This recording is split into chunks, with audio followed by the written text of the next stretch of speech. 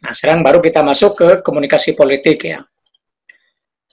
Perkembangan komunikasi dan komunikasi politik, terutama teknologi komunikasi, memiliki dua aspek yang bertentangan. Kalau dalam istilah yang lain, bahwa perkembangan teknologi komunikasi itu bagai pisau bermata dua. Ya, pisau itu kan bisa untuk kebaikan, bisa untuk keburukan. Kalau pisau dapur digunakan untuk memasak, itu artinya untuk kebaikan, memang fungsinya. Tapi kalau pisau itu misalnya digunakan untuk membunuh orang, nah itu artinya untuk keburukan. Nah, teknologi komunikasi ya seperti itu. Seperti pisau bermata dua, bisa untuk baik, bisa untuk buruk. Di satu sisi, teknologi komunikasi itu jelas memberikan berbagai kemudahan kepada manusia untuk mengakses komunikasi. Nah, seperti yang sedang kita alami sekarang ini, Zoom ya, Zoom atau Meet Google, ini kan salah satu contoh teknologi komunikasi yang bisa digunakan untuk kebaikan. Bayangkan kalau tidak ada Zoom, tidak ada Google Meet, ketika pandemi ini, COVID-19 ini melanda kita, ya dunia pendidikan menjadi tidak berjalan, ya kan? Kuliah tidak berjalan, anak-anak di sekolah juga sama, tidak bisa belajar, karena tidak ada sarananya. Nah, maka dengan adanya teknologi komunikasi, Zoom, Meet Google, dan yang lain-lain, proses belajar mengajar tetap berjalan melalui daring online. Ini salah satu contoh bahwa teknologi komunikasi bisa digunakan untuk kebaikan. Ya, banyak contoh yang lain ya. Semuanya kan sekarang serba daring, serba online. Belanja online, jualan juga online. Semuanya menggunakan online. Artinya betapa teknologi komunikasi itu memberikan kemudahan kepada manusia. Nah, itu satu sisi ya. Tetapi pada sisi yang lain, teknologi komunikasi juga membawa persoalan-persoalan yang mengganggu manusia itu sendiri, yakni yang berkaitan dengan moralitas. Kebebasan misalnya, dengan adanya teknologi komunikasi seringkali tidak terbatas, sehingga bisa mengganggu orang lain.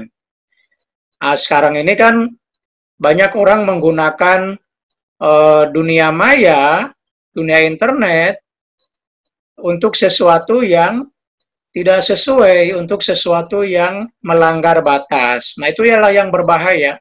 Ya. Nah, kasus yang paling sering kita temukan adalah media sosial.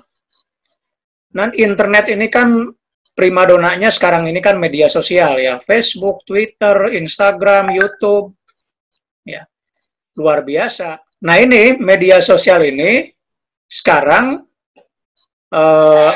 masuk kategori new public sphere. Ya. Kalau dulu Habermas waktu bicara public sphere, itu contoh kasusnya adalah kafe. Ya, kafe-kafe, salon, tempat potong rambut itu ya. Kenapa disebut public sphere, ruang publik? Karena di kafe-kafe, di Eropa ya contohnya, orang bisa berbicara dengan bebas, membicarakan apa saja. Dari mulai persoalan serius, politik, negara, sampai hal-hal yang remeh-temeh. Urusan hobi, urusan segala macam lah. Bisa dibicarakan di kafe tanpa takut. Karena tidak ada CCTV, tidak ada intervensi negara, tidak ada yang mengancam, semuanya bebas. Itu dulu ya, konsep Habermas tentang public sphere. Nah, sekarang ada yang lebih bebas lagi, yaitu media sosial. Maka namanya new public sphere. Tadi itu Facebook, Twitter, Instagram, dan sebagainya. Ada perbedaan ya antara public sphere dengan new public sphere, antara kafe dengan media sosial. Kalau kafe, public sphere zaman Habermas, itu meskipun bebas, tapi aksesnya masih terbatas. Kenapa begitu? Karena tidak semua orang bisa masuk ke kafe. Kan masuk kafe itu kan harus punya uang, dan lumayan ya. Artinya yang bisa masuk ke kafe, duduk-duduk sambil ngopi, itu boleh dikatakan kelas menengah ke atas, yang waktunya juga lebih luang. Sementara kelompok-kelompok pekerja, kaum buruh, dan seterusnya, bukan hanya mereka tidak memiliki uang lebih, tapi juga waktunya tidak cukup untuk santai-santai ngobrol di kafe. Karena apa? Karena para pekerja, kaum buruh itu kan dikejar-kejar terus oleh pekerjaan. Maka mereka sulit untuk pergi ke kafe. Jadi public sphere zaman Habermas itu secara akses sebenarnya tidak mudah bagi semua orang. Nah, sekarang new public sphere, dalam hal ini medsos, itu hampir semua orang itu bisa mengaksesnya. Semua orang punya akun di medsos. Ya, kalaupun tidak 100% ya, tapi mungkin sebagian besar masyarakat Indonesia saat ini itu punya akun di medsos. Paling tidak di Facebook. Karena Facebook mungkin yang paling awal ya menjangkau masyarakat. Bahkan di kampung-kampung, anak-anak sekarang juga rata-rata punya akun di Facebook.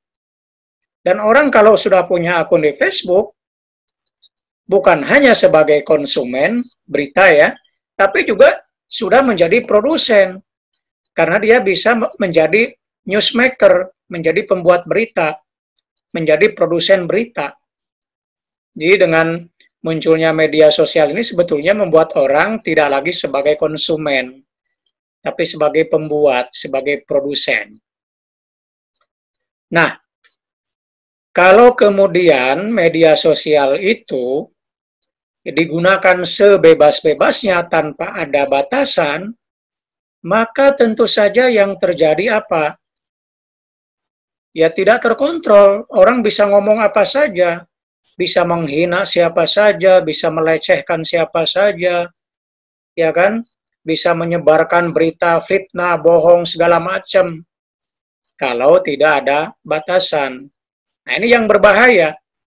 Karena itu saat ini tantangan demokrasi itu ada di sini. Nah, ini dia. Media sosial saat ini ya, itu masih banyak dipenuhi oleh penyebaran hoax, berita palsu, berita bohong. Sampai saat ini masih saja berseliweran ya di medsos, Twitter terutama, berita-berita bohong atau hoax itu. Ya. Yang kadang-kadang kalau kitanya nggak kritis memahaminya, itu bisa langsung percaya terhadap berita-berita bohong tersebut. Karena itu berbahaya. Ada berita bohong, terus dipercaya oleh masyarakat. Nah, itu kan berbahaya ya. Jadi kebohongan itu kemudian menyebar. Nah, kalau menyangkut fitnah pada orang lain, nah itu yang kemudian sangat membahayakan bagi orang yang difitnahnya. Kemudian selain hoax, adalah ujaran kebencian, hate speech. Ini juga luar biasa ya. Jadi ujaran kebencian mengajak orang untuk membenci kelompok tertentu. Menghasut, agitasi ya. Menghasut orang agar tidak suka pada etnis tertentu. Tidak suka pada keyakinan tertentu di medsos. Ada saja itu dilakukan ya. Dan ini ya tentu saja bisa berbahaya hate speech ini kalau tidak ada yang membatasi. Contoh lainnya adalah black campaign, kampanye hitam. Ini terutama kemarin ya menjelang pemilu. Itu kan luar biasa, black campaign itu bermunculan dari kedua belah pihak. Ya. Nah, black campaign itu kan isinya ya adalah fitnah-fitnah untuk menjatuhkan lawan politik. Ya, itu ya yang sering terjadi di dunia politik praktis ya. Nah, itu adanya di media sosial. Ya. Karena itu di Indonesia muncullah Undang-Undang ITE. Undang-Undang ITE, ada yang tahu kepanjangannya? Apa kepanjangannya? Apa? I-nya apa? Undang-Undang? I? Ayo. Apa? ITE. Undang-Undang? Ada yang tahu nih? Yang nggak tahu, Pak. Ya, masa sih? Pokoknya transaksi elektronik gitu nggak sih, Pak? I-nya tadi apa I-nya? Informasi, Pak. Undang-undang Informasi dan Informasi. Dan transaksi elektronik. informasi atau informatika ya? Coba dicek di ini. informasi. Masih, Pak. Informasi, Pak. Informasi dan Informasi dan Transaksi elektronik. Pak. Ya, Iya. informasi dan transaksi elektronik. Nah, ini dibuat sebenarnya untuk ya membatasi kebebasan itu dalam pengertian bahwa karena kebebasan itu sebetulnya tidak ada yang bebas sebebas-bebasnya. Kebebasan itu pasti dibatasi ya oleh kebebasan orang lain. Karena itu Undang-Undang ITE ini adalah sebagai panduan supaya orang tidak menggunakan kebebasan itu melampaui kadarnya. Ya. Meskipun ya kita harus akui kadang-kadang penggunaan Undang-Undang ITE juga sering tidak tepat atau kadang-kadang jadi pasal karet yang dikenakan. Itu memang terjadi, tapi terlepas dari itu Undang-Undang ITE ini tetap penting ya. Karena bagaimanapun kebebasan itu pasti ada batasnya, tidak ada yang bebas sebebas-bebasnya dimanapun ya, meskipun di negara dengan sistem libertarian, dengan sistem liberal, pasti saja ada yang membatasi. Dan yang membatasi itu adalah kebebasan orang lain. Maka wajar menurut saya kalau ada Undang-Undang ITE ini. Oke. Nah, tentu saja etika dalam komunikasi politik tidak hanya penting di media-media sosial. Nah, yang kita bicarakan tadi itu kan di media sosial ya, ITE. Tapi tentu saja bukan hanya di media sosial pentingnya. Di dunia nyata pun keberadaan etika sangat penting. Karena persoalan komunikasi atau komunikasi politik menyangkut relasi sesama manusia. Ya. Etika sangat berkaitan dengan hubungan sosial antar manusia. Jadi yang kita bicarakan tadi itu kebetulan contohnya di media sosial, tapi sebenarnya dalam kehidupan nyata, etika tetap menjadi penting dalam komunikasi politik. Misalnya di dunia nyata ya, dalam kampanye. Bayangkan kalau kampanye kayak kemarin ya menjelang pemilu, kalau tidak ada etika, wah bisa bahaya itu. Setiap pasangan bisa menghina, mencela, dan seterusnya pasangan yang lain. Maka kemudian dalam kampanye dibuat aturannya, etikanya ya, etika kampanye. Tidak boleh menghina, mencela, menfitnah kelompok atau pasangan lain ya. Nah, itu bentuk etika dalam komunikasi politik ya. Intinya adalah bahwa komunikasi politik itu atau etika komunikasi politik itu penting atau sangat penting baik dalam konteks dunia real, dunia nyata maupun di dunia maya melalui media sosial. Nah, itu kira-kira ya materi untuk hari ini tentang etika komunikasi politik. Tidak banyak, tapi intinya adalah bahwa memang etika komunikasi politik itu merupakan sesuatu yang sangat-sangat penting, lebih-lebih karena saat ini ya salah satu problem yang kita hadapi adalah banyaknya penyebaran hoax, ujaran kebencian, dan kampanye hitam di media sosial ya.